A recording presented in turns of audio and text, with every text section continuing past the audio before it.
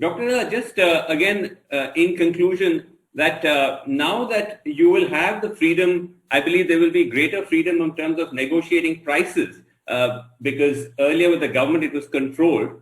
I believe coaxine is about 209 rupees a dose. That's the government negotiated price. Now that there'll be a greater freedom of negotiating prices with different entities, state governments, private entities, is that something that you think would be important for you? That were you facing pressures to produce at this price? And also, what would be a more realistic market price in your view?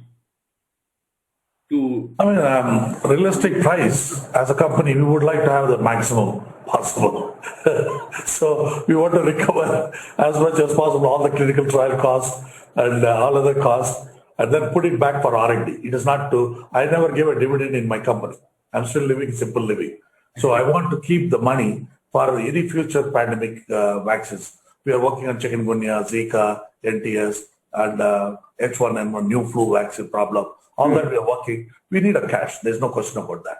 It's not that we don't want a cash. We want cash for future R&D. But we are going to have a complex situation. How is the central government pricing? How is the state government pricing? How is the private market pricing? Is going to be complicated issues for us right now.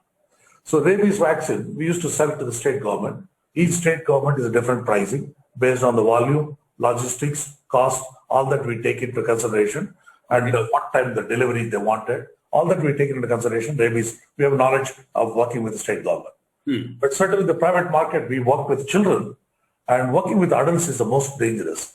Children are easy. You give a vaccine, the baby cries, you just show a toy, the baby will keep quiet. Adults are dangerous people to get vaccinated.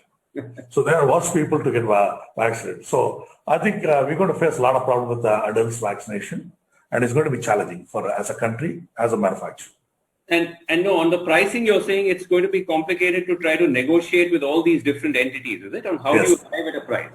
I don't, usually the rabies vaccine, the state government might have to call for tender only. There's no choice. Because, they will have accounting process, whether it is how you would decide the pricing. So that problem is going to come in. So state government will call for a tender, and then they select the parties, how they're going to do it. They have to find a mechanism.